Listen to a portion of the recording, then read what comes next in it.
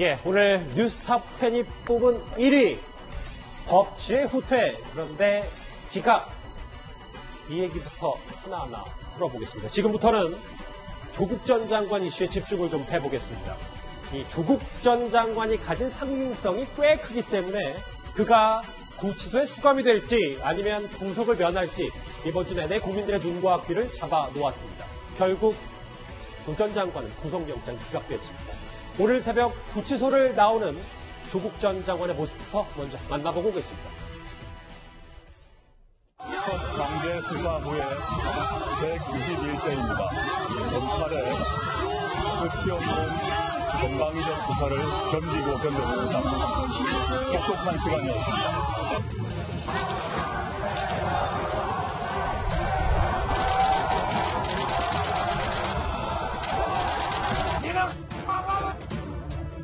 진정한 말 해주세요!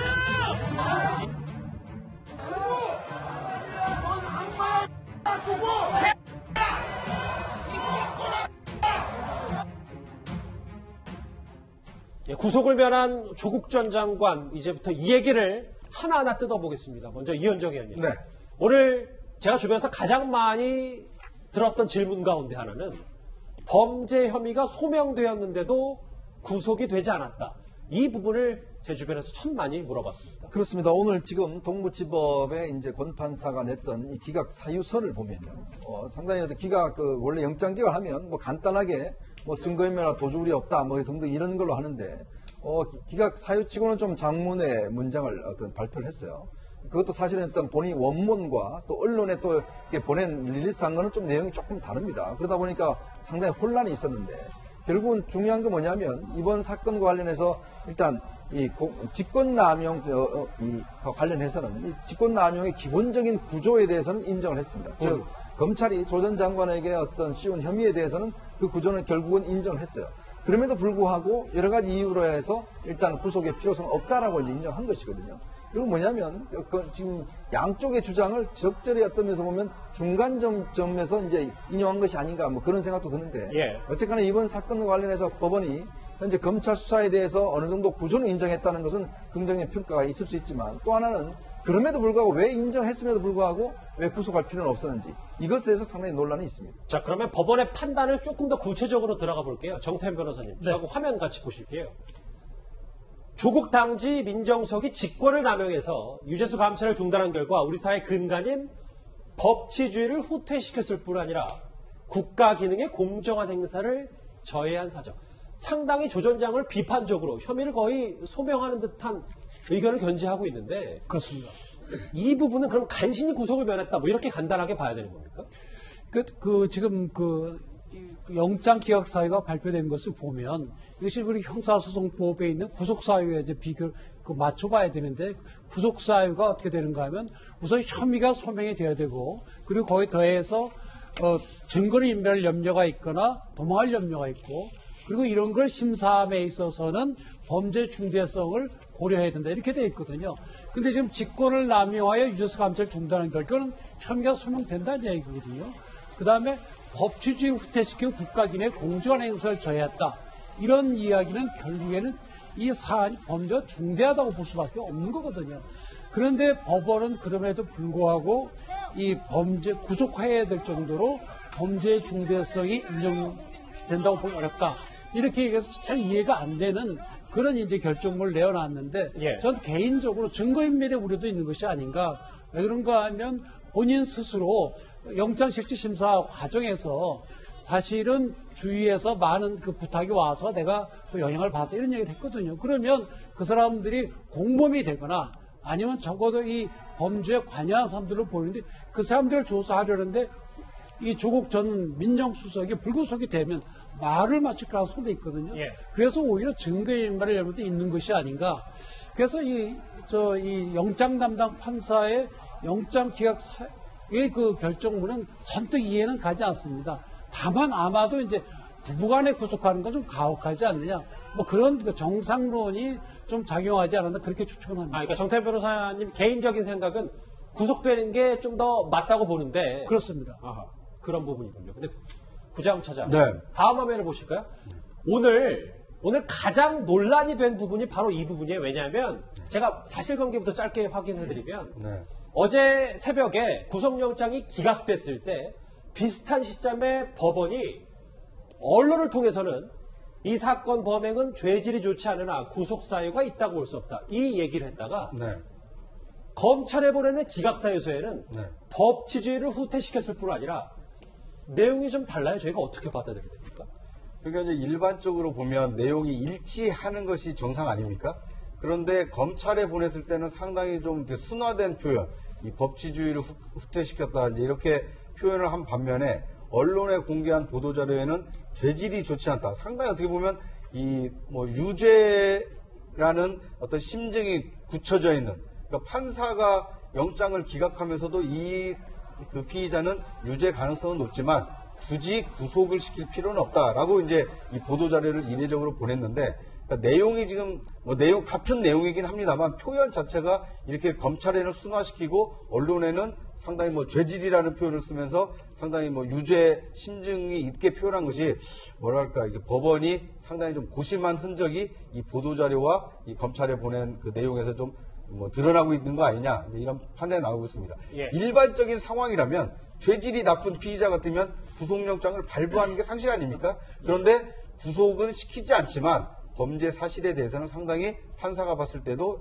죄질이 좋지 않다. 이런 점을 이제 구속은 안 시켰지만 내가 보더라도 죄질은 좋지 않다라는 것을 국민들에게 좀 전하고 싶어서 보도자료에 저런 표현을 쓴 게 아닌가, 이런 추측이 나오고 있습니다. 이현정 의원님. 그럼 네. 하나 더요. 어쨌든 죄질이 좋지 않다는 것도 법원의 입장이고 법치지를 후퇴시켰다는 것도 법원의 입장이잖아요. 각기 다른 문서만 그렇게 보냈을 뿐. 결국은 구속만 안 시켰을 뿐이지 조 전 장관에 대해서는 상당히 문제가 있다고 법원이 판단했다. 요 해프닝을 보고 이렇게 판단할 수는 있는 겁니다. 그렇죠. 원래 이제 이게 검찰이 어떤 법원이 이제 구속 기각 사유를 이제 검찰에 보내면 여러 가지 개인정보나 이런 것 때문에 사실은 전체를 다 알려주지는 않습니다. 그래서 이제 보통 언론 자료용으로 이제 따로 알려주는데 이번 같은 경우는 이제 두 개 다 공개가 돼버렸어요. 그래서 오늘 동아신문에 전부 다 제목은 뭐로 잡혔냐면 죄질이 나쁘다, 이런 것들이 이제 제목으로 법원에 판단했는데 일부에서는 그 판사가 언제 그런 말을 했냐라고 이제 이 이야기하는 해프닝도 벌어졌어요. 나중에 예. 알고 보니까 공보 판사가 이제 이 권덕진 판사의 이야기를 직접적으로 이제 기자단에 전달해 주면서 판사가 그러니까 두 가지 종류의 일단 입장을 낸 건데, 그렇죠. 결국 뭐냐면 법치주의를 후퇴시키고 국가 기능을 공정한 행사를 저해한 것을 이게 죄질이 좋지 않다, 이렇게 판단한 겁니다.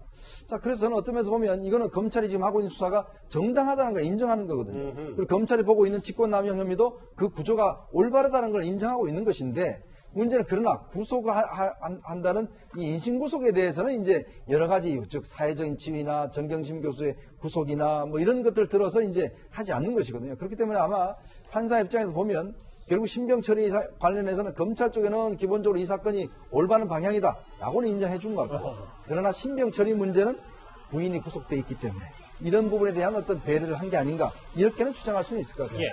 그러니까 지금 검찰이나 그 법원이 보도자료에 낸 것은 구속영장을 청구할 만하다라는 것을 인정하는 내용이 담겨 있는 겁니다.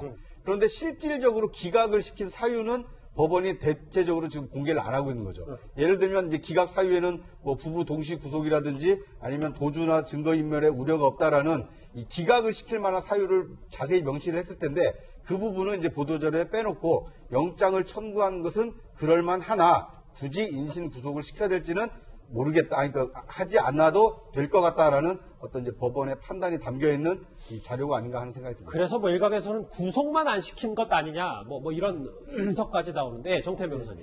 지금 이 영장 기각 사유를 자세히 읽어보면 사실은 조국 전 장관에게 굉장히 불리한 판단에 들어가 있습니다. 왜 그런가 하면 구속, 불구속이 유무죄를 판정하는 것은 아닌데, 그렇죠. 이 기각 사유를 보면 범죄 혐의가 소명되고 피의자가 부인하고 있기는 하나 수사가 상당히 진행돼서 증거인멸할 염려가 없다. 결국 이 얘기는 현재까지 수사된 것으로도 유죄 판결을 내림에 별 어려움이 없다, 이렇게 해석될 수도 있거든요. 그런 점에서 정부적 판단으로 죄가 없다고 한 조국 전 장관의 그런 주장은 완전히 배척된 것으로서 상당히 불리하게 작용한 것이 아닌가, 그렇게 생각이 듭니다. 이 두 가지 입장문에 대한 얘기는 쭉 설명해서 이해가 좀 잘 됐습니다. 자, 어제 검찰과 조국 전 장관 측의 다툼의 핵심은 직권남용인지 아니면 정상적인 업무 처리였는지 이 부분이었습니다. 법원은 조국 전 장관의 어떤 주장을 받아들여준 걸까요? 저는 검찰의 영장 신청 내용에 동의하지 못합니다. 철저히 법리에 기초한 판단이 있을 것이라고 희망하며 또 그렇게 믿습니다. 그럼 이수희 변호사님, 네. 여러 가지 혐의가 소명됐음에도 구속을 면한 이유 정말 정경심 교수 때문입니까? 딱 그거 하나 때문이라기보다 제가 이제 이 자리에서 그 조국 전 수석에 대해서 그 검찰에서 구속영장을 지금 고려 중이다라고 했을 때 제가 아직은 때가 아니다라는 답변을 드렸던 걸로 제가 기억을 합니다. 근데 그 이유가 저는 좀 직관적으로 판단하는 편인데 이게 뭔가 하여간 이 사유만 가지고는 구속을 시키기에는 좀 그러기에는 뭔가 미진한 면이 있는 거예요, 저는. 그러니까 법리로만 따진다면은 구속하는 것이 맞는데, 예. 그게 더 적절한데, 그러기에는 그래도 구속까지는 하는 것이 이제 구속 여부를 판단할 때 판사의 고민일 거란 말이에요. 그래서 저는 그 플러스 알파가 작용을 한 거다, 이거는. 그런데 그게 이제 제 입장에서는 민정수석이 이런 식으로 뇌물범 공무원을 봐줬다는 거는 굉장히 범죄가 중대하다고 보이는데 저는 영장 전담 판사 입장에서는 이 정도를 갖고 구속할 만큼의 범죄가 중대하다고 생각하지는 않은 것 같아요. 근데 이제 구속 사유, 구속의 필요 이런 얘기를 하면서 이제 부인도 최근에 구속됐고 이런 내용이 있어서 그러면 부부는 같이 구속 안 한다니까 저것 때문에 나온 거 아니냐 이렇게 이제 해석하시는 분들도 있는데 저는 그렇게까지 다른 게 다 없는데 저것만 있다 그래서 구속이 안 됐을까? 그거는 아니라고 보이는데요. 왜냐하면 자녀가 다 20대가 넘죠. 그리고 남매인데 주변에서 봐줄 만한 돌봐줄 친척들도 다 있고 이런 상황에서 부부가 구속된다고 해가지고 그 자녀들이 전혀 위태할 상황이 아니기 때문에 글쎄 그거는 이게 왜 이 사유 안에 알겠습니다. 들어갔는지 저는 이해는 못하겠습니다. 예. 그 기각 사유 중에요. 현 단계선이라는 표현이 있습니다. 현 단계에서. 그렇습니다. 그러니까 지금 구속영장 청구한 주요 사유가 이제 직권남용 아닙니까? 근데 이 직권남용만으로는 이 조국에 대한 구속 사유와 그 필요성, 상당성을 인정하기 어렵다라고 이 기각 사유를 명시했기 때문에 앞으로 추가 수사를 통해서 검찰이 새로운 혐의를 추가해서 영장을 청구한다라면 이제 새로운 단계로 진입한다라면 영장이 발부될 가능성도 있다라는 것을 이 재판부가 좀 명시해놓고 있기 때문에 앞으로 사태의 추이를 좀 지켜볼 필요가 있어 보입니다. 알겠습니다. 조국 전 장관은 오늘 새벽에 동부구치소에서 집으로 돌아간 뒤에 한 14시간 뒤쯤인가요? 정경심 교수, 그러니까 부인 면회에 나섰습니다. 화면으로 한번 만나보시죠. 법원에서는 범죄 혐의 인정된다고 했는데 어떤 입장이십니까? 부인분이랑 어떤 대화 나누셨나요?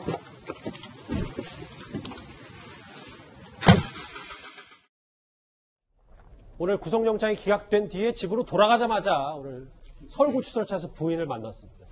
근데 정태현 변호사님, 네. 부인 얘기를 하나 더 짚어보지 않을 수 없는 게 일각에서는 정경심 교수가 구속 적부심이나 혹은 보석 신청을 안 하는 것도 남편 구속 막으려고 이런 전략 아니냐 뭐라는 해석도 있더라고요.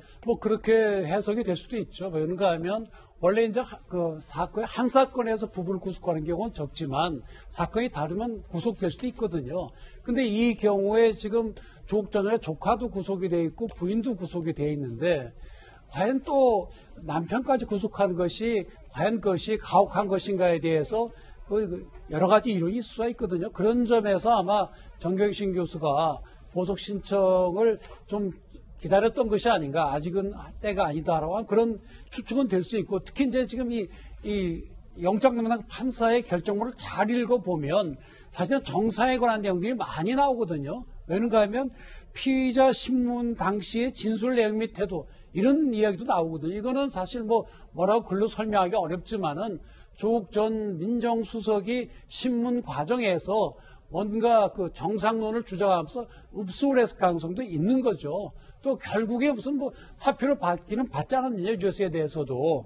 뭐 그런 점으로 볼 때 여러 정상으로 볼 때 구속하는 가혹하다 이렇게 판단을 한 걸로 보면 결국에 정경심 교수가 만약에 보수 석방돼 나와 있었다고 한다면 조국 전 장관의 구속 쪽으로 좀 더 갔을 텐데 근데 부인이 구속이 돼 있으니까 어느 정도 영향력을 미친 것이 아닌가 이렇게 추측이 됩니다. 이현정 의원님, 네. 화면 같이 보실게요. 뭐 구치소 나올 때 이제 교도관에게 90도 인사하는 조 전 장관의 사진도 이렇게 있긴 한데, 그래서 저는 이 부인 얘기를 하면서 생계가 위태로워진다는 조 전 장관이 이제 얘기를 했거든요.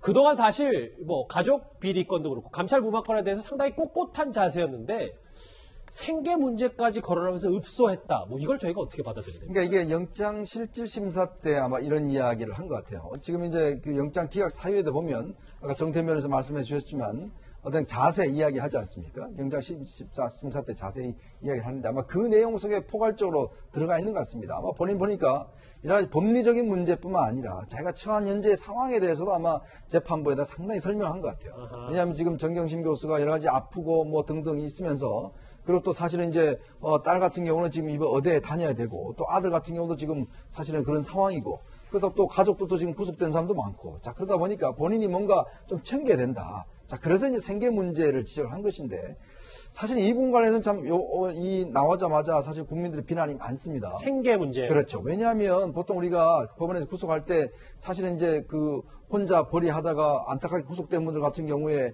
정말 생계가 가족의 생계를 담당하는 이 부분 관련해서 많은 사례들이 있거든요. 그럼에도 불구하고 지금 조국 전 장관이 과연 생계를 지금 걱정할 때인가라는 생각이 드는 거죠. 왜냐하면 이분의 재산이 뭐 신고한 것만 지금 56억입니다. 자 그리고 보면 이 범죄와 관련해서 또 다른 범죄요. 지금 뭐 사모펀드나 이거와 관련된 다른 범죄로 좀 돼 있고 예전에 같은 경우는 부부 구속된 적이 있거든요. 이철희 장영자 부부라든지 임창열 주혜란 부부라든지 이런 있는 상황이기 때문에 이렇게 사회적 지위가 높은 사람일수록 더 엄격하게 해야 되는 거 아닌가. 저는 그래서 구속 사유 중에서 이해할 수가 없는 게 사회적 지위를 좀 언급한 게 있어요. 이 판사가. 근데 저는 이해할 수가 없습니다. 왜냐하면 사회적 지위 때문에 기각했다?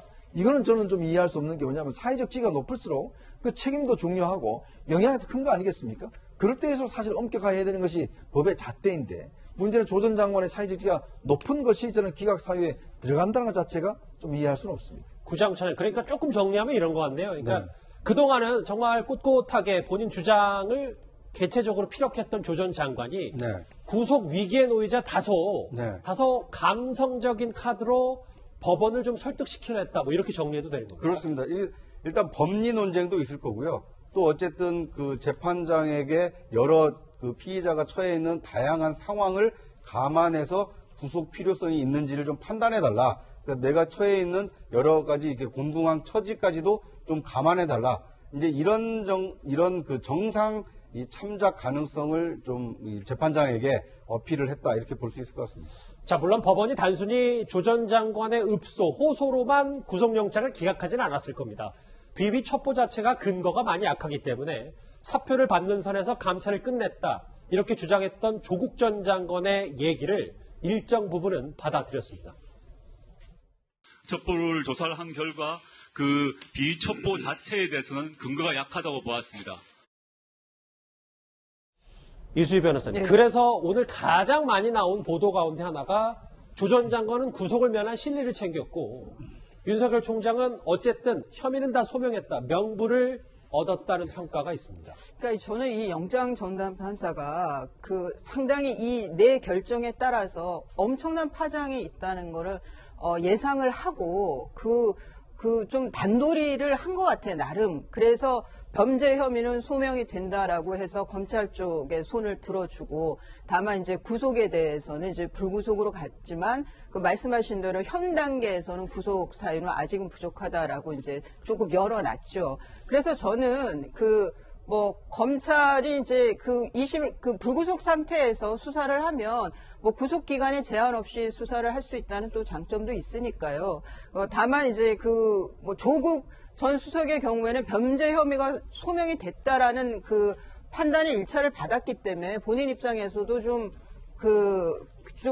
심리적으로 압박을 받았던 것 같아요. 왜냐하면 영장 실질에서 친문들의 청탁이 있었냐, 감정적으로 들었다. 그리고 뭐 백원우 비서관이나 그 박형철 비서관에게 좀 미루는 듯한 그런 모습을 보이고 한 거는 심리적으로 상당한 압박을 받고 있다는 거를 저는 보여준다고 생각이 들고요. 알겠습니다. 근데 이제 더 아쉬운 거는 검찰이 왜 좀 성급했다. 이게 그러니까 좀 한계는 있었을 거예요. 동부지검에서는 지금이 직권남용이고 지금 서울중앙지검에서는 지금 김기현 선거 개입 사건을 하고 있고 뭐 다른 사람 사건 같았으면 둘이 합쳤을 거예요. 중앙으로 옮겨서 합쳐서 좀 그렇게 구속영장을 청구했더라면은 아마 검찰이 원하는 결과를 더 얻기 쉽지 않았을까 싶기도 하고 그래서 좀 시기의 아쉬움이 있습니다. 아까 단도리라는 표현은 뭐 손을 확실히 걷다 뭐 이걸로 좀 저희가 바꿔서 얘기하도록 하겠습니다. 뭐 부장 영장 전담 판사도 여러 고민이 있을 거라는 이수희 변호사님 말씀이신데 알겠습니다. 자 이렇게 뭐 실리와 명분 무승부 얘기 뭐 글쎄 이거 승부는 아닙니다만 여러 가지 해석들이 나와서요. 다음 주제에서 검찰의 입장을 좀 더 자세히 알아보겠습니다.